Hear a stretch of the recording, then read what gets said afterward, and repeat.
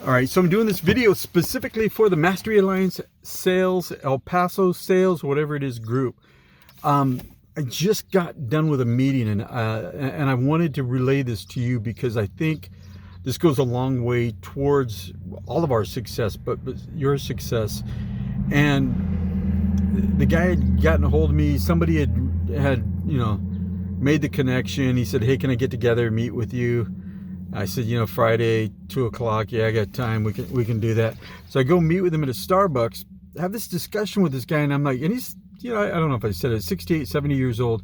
And I'm like, tell me about who you are. And he goes, well, he goes, I've been at GM since like forever, General Motors. I've been there forever. And he goes, and he's just like, but I guess, I think I'm just about ready to, there's a lot of change going on. He's kind of beating himself up, like, a lot, this is going on. I think I'm going to end up losing my job and that, but I've been there forever. And he goes, there was this campaign called Like a Rock that GM did. And he goes, and I was the one who came up with that. But that was a long time ago. And I'm like, wait a second. You came up with the Like a Rock ad campaign for GM? And he goes, yeah, but it was a long time ago. So he starts to discredit this experience that he had. And I'm like, wait a second. Oh, tap the brakes, man. I'm like, tell me about that. I'm like, tell me about what that was like. I'm like, just, aside from this whole work thing that you got going, just tell me what that was like. And he goes, oh, and he just like perks up. He goes, oh, he goes, I'm meeting with the president of the company at GM. This is like 1990 or something like that. And he goes, and he's like, why is it our sales are down and blah, blah, blah. And he goes, our trucks are like a rock. And he goes, and I write down Like a Rock. And then I'm like, Bob Seger sang the song Like a Rock. And he's like, so I go out and he goes, and the president's like, we need to come up with a campaign that's just gonna like light it up. Or he probably didn't say that because that's not a cool thing to say back in 1990. But he goes, this gonna just like stimulate our growth.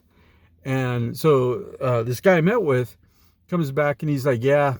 So he goes, I actually like go back, get to my desk, contact Bob, find out who Bob Seger's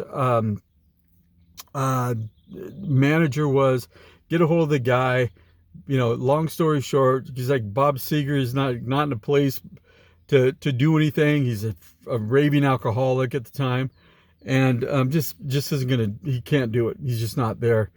And this guy was like, no, because all we need is a 30, a 60, and a 2-minute commercial. Because we don't even need him to do anything different. The song is perfect the way it is, but we just need him to do it for us. And so finally, after like the 8th time he meets with Bob Seger, his agent, and everybody else, they agree with this thing. And then for 13 years, Like a Rock was a dominant ad in society. Maybe if you're old enough, maybe you remember the Like a Rock commercial that was there, but it was huge. And I'm like, I just went to the guy, I'm like, you just spent all this time discrediting yourself. And dude, you freaking created the Like a Rock campaign. And he goes, yeah, but that was a long time ago. And I'm like, that's a once in a lifetime story, once in a lifetime experience. And dude, you got it, man. And you're doing something. You did something that nobody else hardly ever gets a chance to do. And he's like, yeah, but what good does it do me today? I said, it makes a world of difference for you today. I said, here's the deal.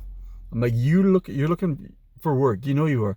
I'm like, does what you did, does that transition into anything else, like other like dealerships? He goes, yeah, it could. I'm like, here's what you do is you find out who, any dealerships in the valley, in the Phoenix Valley, 5 that has a minimum of 5 and say a maximum of 20 dealerships, whatever, anywhere. I'm like, start in the valley.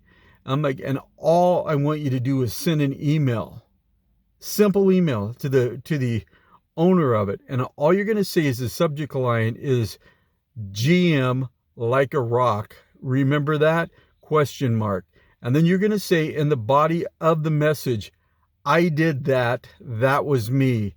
Do you want to get together and talk? And then sign your name. And I'm like, that's it. I'm like, anybody who knows that is going to be like, that dude that did they were like a rock wants to talk to me. I'm like, you're gonna be on fire. And the reason why I tell you this is a couple things. One is that is one of the advantages of Mastery Alliances on a weekly basis. If you do it well, somebody's going to see your blind spot and they're going to be able to come in and say, what could you do there? Because you start to build up this bond in this relationship with each other. And it becomes critical that we do this because somebody's going to see your blind spot and somebody's going to be able to help you catapult yourself up and over where you are now. But you got to do it all. You got to do all of that stuff. You really got to do the opportunity pipeline, the training, and the accountability calls. You do that, you're going to be golden. But as a salesperson or a revenue generating focused business owner, you really got to get yourself dialed in, and you got to be able to look at your experience, and you have to be able to look at yourself and what you've done in a different light, if that makes sense. And so you don't want to discredit what you're doing. You want to go in and just say, I'm going to just do this amazing thing. And here's an example. Another one. Today I had, and some of Tim, I think maybe Tim's the only one that heard me talk to Naveen Jain. And as Naveen Jain owns a couple companies, but he's worth 11 billion. That's a B, not an M. 11 billion. And I had a conversation with him today about being a speaker of ours at our conference. Ultimately, he said no, he can't because of this commitment that he has in the end of September. But he looks like they're going to be a sponsor. Asterisk, it looks like, not that they are yet. But the reason why I bring that up is the reason why I have a conversation with a billionaire is not because I'm special. It's because I just do it. I just ask, I just talk. I just assume that people are going to want to have a discussion with me. And that's what you have to do if you're a salesperson or a business person, is just put yourself, just get out of your own way. Just get out of your way and just make the conversation. Worst thing that's going to do is they're just going to ignore you.